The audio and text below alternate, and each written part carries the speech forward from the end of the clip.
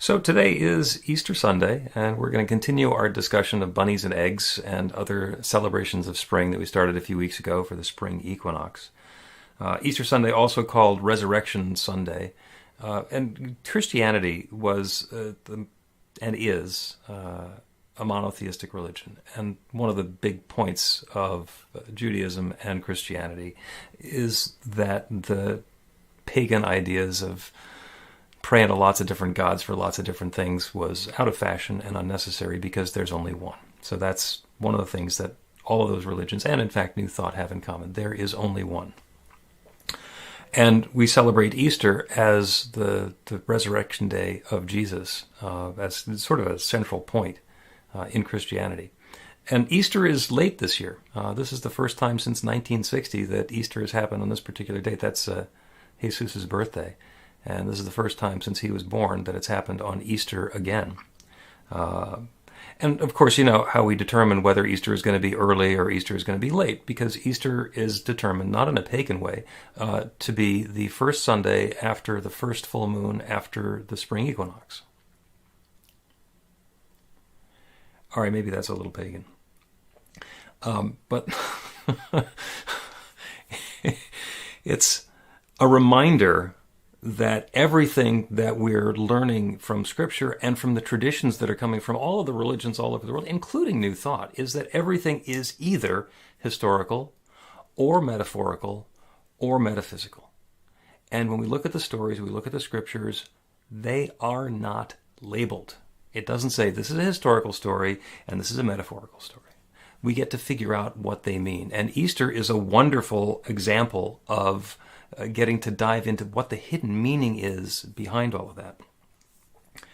Breen and I were talking this week about that if Christianity were to choose its biggest holiday, it should by all rights be Easter. And he grew up Catholic and was a little mystified by this when he was a kid, because Christmas is the big holiday, which is the day that Christ was born, or Jesus was born. But everybody's born. Easter was the day he did it for the second time. So that's pretty spectacular. That would seem like that would be a much more important holiday, but the things have worked around the way that they had. And so we're also going to dive into a little of those details. So this is, like I say, it's also called Resurrection Sunday. And there's a Christian pastor that I've heard of who wanted to make the Easter celebration a little bit different. So brought up the kindergartners to sit on the platform and have it be an interactive sort of thing. So it'd be all family and, get to have a conversation with them. And she's talking about Jesus, and she's talking about Easter, and she's talking about new possibilities. And she asks the group of 5-year-olds, she says, who knows what the resurrection is? The little boy raises his hand. And she says, what is a resurrection? And he says, you should call your doctor if it lasts for more than 4 hours.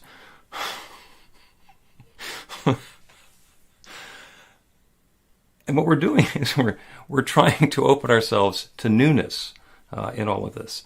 And the reason I think that that Easter is celebrated at the time of year that it is, and Christmas is celebrated at the time of year that it is Christmas is tied together with the winter solstice, the return of the light. That's where the light is born. And we can celebrate that around Easter time. But as I have often mentioned, it's really pretty easy to see God on a gorgeous spring day. It is really, you look at it, okay, there's something going on here. There's all of this wonderful lushness coming up. There's the flowers. Everything is in bloom. Much more difficult to see that on the 25th of December, where it's been getting darker and darker and darker, and it's already cold, and we know from experience it's going to stay that way. So Easter and this time of rebirth are probably connected together for a very good reason. And resurrection, on the one hand, sounds like that fabulous experience where something brand new gets to be born into experience. And that's true. And that's true. And what has to happen before the resurrection experience is that whatever the old thing was gets to go away. The rebirth doesn't happen without whatever was old going away. The old ideas, the old experiences, the old examples need to go away so that there's room for that rebirth. Same story comes from the phoenix and the ashes. the phoenix bursts into flames, turns into ashes, and then is reborn out of the ashes. And that is a very powerful story.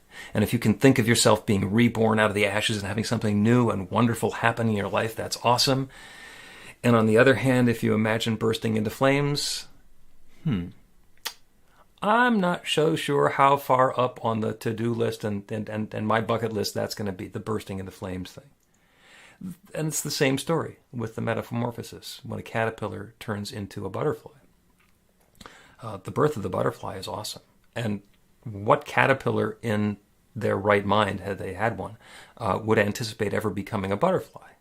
You know, they're crawling around on their 100 feet or whatever it is, eating the leaves and, you know, trying to avoid the birds and the other flying critters. Which one of them would say, hey, I'm going to grow up and be a butterfly someday?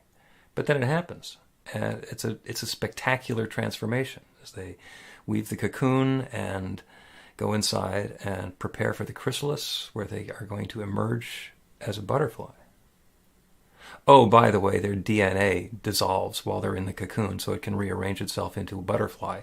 Also, on the range of things that I would put on my list and what's going to feel really comfortable, I'm not sure that dissolving my DNA is going to be right on the top of the list. Maybe it is. I mean, you know, your mileage may vary. I've been getting these emails for a long time from the Universe Talks. It's Mike Dooley, who is very similar to our teaching. He says, thoughts become things, choose the good ones. And one of the good ones, the messages that he sends out a daily email. This week he said, it's human nature to unthinkingly project present circumstances, people, and feelings into your future, as if those you have today will follow wherever you go, creating a future that will be very much resemble today. Which is fantastic when those circumstances, people, and feelings fill you with joy. But for those cases when this is not true, let's chill the unthinking part and think again.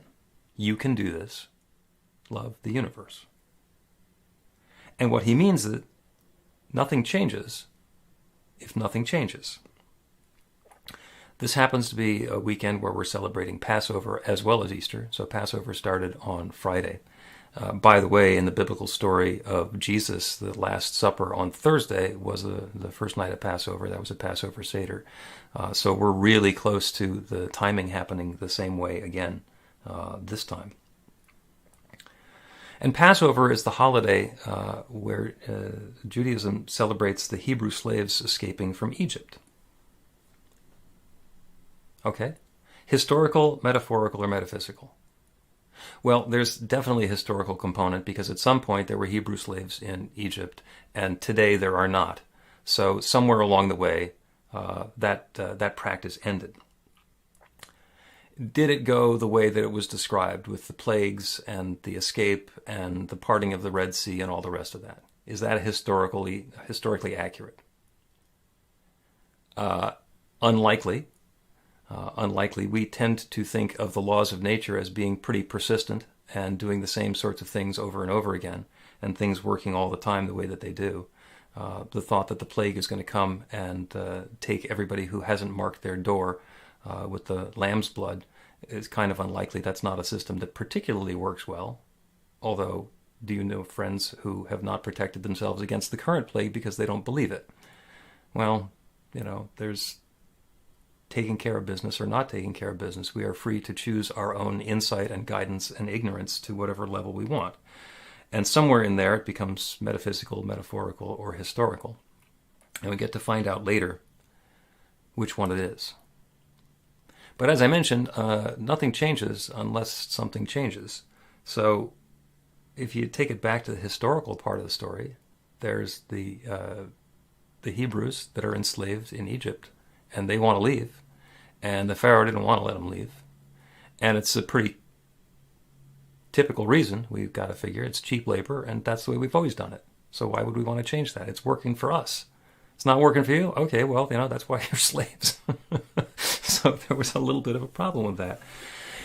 We get the opportunity to change something, to open ourselves to doing something differently, to that transformation. And maybe it's going to be wonderful and awesome, and it's going to be like the tulips coming up in springtime. And it's like, they're just delightful. I don't know what it's like for a tulip bulb to be hiding underground all winter waiting for it to be nice enough to blossom. I don't know what the feeling is of reblooming. It's not relevant for me. But I can look at the tulips and say, oh, they're pretty. Because that's my experience of what it is that the tulips are demonstrating. There was another note from Tut this week. You can dance with the illusions of time and space, choosing your steps based upon things and events as they are now, or you can dance with your dreams, choosing your steps based upon things and events as they will be. That's the transformation. We get to pivot from what has been to the anticipation of what might be. He continues, and I bet you can guess which steps will perpetuate today's illusions and which ones will bring transformation. Shall we? Love the universe. And that's always the invitation that's open to us. What's the dance that we want to do? Do we want to keep dancing the same steps that we've been doing before and continue to have the same experience? Well, the experience has been going well. Let's continue doing that. Let us continue doing that. Maybe it's not just about us. Maybe it's about the other people who we're engaged in and with.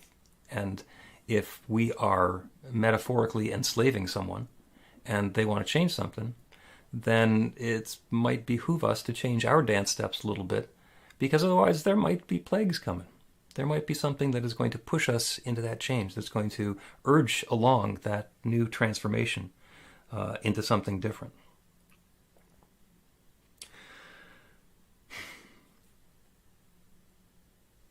One of the things we talk about sometimes in New Thought is the notion of a spiritual bypass. And when there's something going on for somebody, when they're dealing with something challenging, when they're grieving, when they're injured, when we've been attacked, we talk to somebody, they say, oh, it's all God, it's all good. Turn your attention to the love and the light.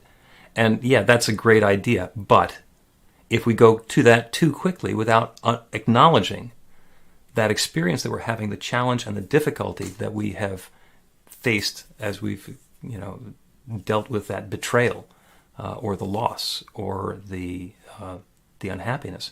If we try and skip over that part, it comes back around. We need to be honest with ourselves. Be in the experience.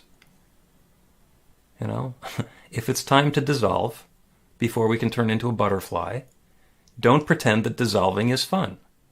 Dissolving, and I will use once again the spiritual term, likely sucketh. And that's the opportunity for something new to come along. We all celebrate Easter as though it's that transformational moment in Christianity where the whole thing became possible. Here's this prophet teaching love, and he transcended death. He came back again, and he continued. He was resurrected. And I got to still figure that wasn't his favorite day. Okay? That Good Friday getting dragged up the mountain and put on a cross, it's like, okay, would you raise your hand for that? Do you want to be bursting into flames so that you can be resurrected from the ashes? Probably not. And pretending, oh, it's fine. It didn't bother him because he was Jesus. Well, maybe it did bother him. And don't pretend that it didn't. And if somebody's going to do something like that to you to invite your next experience of transformation, acknowledge whatever the pain and the discomfort and the awkwardness is going on there. Because by acknowledging that, we allow ourselves to live in our truth, and that way we can open more authentically to the good that we're inviting. So it's going to be a deep cleanse rather than a superficial scrub. And by the way, the process that we go through in letting go of the pain and the anguish, in many cases, is forgiveness. And that's the class that our friend Michelle Wadley is going to be teaching with us starting in a couple of weeks. She's going to be here next week talking about forgiveness as well. And it's hugely, hugely important. So, that's another one of those possibilities. I just had a note to myself. The parallels between the Jews escaping from Egypt and today. They escaped from Egypt after all the plagues, and they went through the Red Sea, which parted for them so they could get through, and the sea then collapsed in and kept the Egyptians from being able to capture them. And then they went into Israel and wandered around for 40 years in the desert before they found their home. Historical, metaphorical, or metaphysical? Now, the desert that they were wandering around in is historical, and it's the size of South Jersey. Now, that's a fair-sized piece of land, and I can understand somebody getting lost in the Pine Barrens. But 40 years? 40 years in the Pine Barrens? I mean, at some point somebody might have said, the sun is always coming up in the east. Let's do quadrants and send somebody out until we can find where it is that we're going to be heading for. And the other thing is, do you suppose it's possible that somebody like Moses, who had a direct channel to God, who's going to give him the detail and the specificity of, on this particular night, put the lamb's blood on the door and stay inside so they were all going to survive, couldn't provide maybe some directions?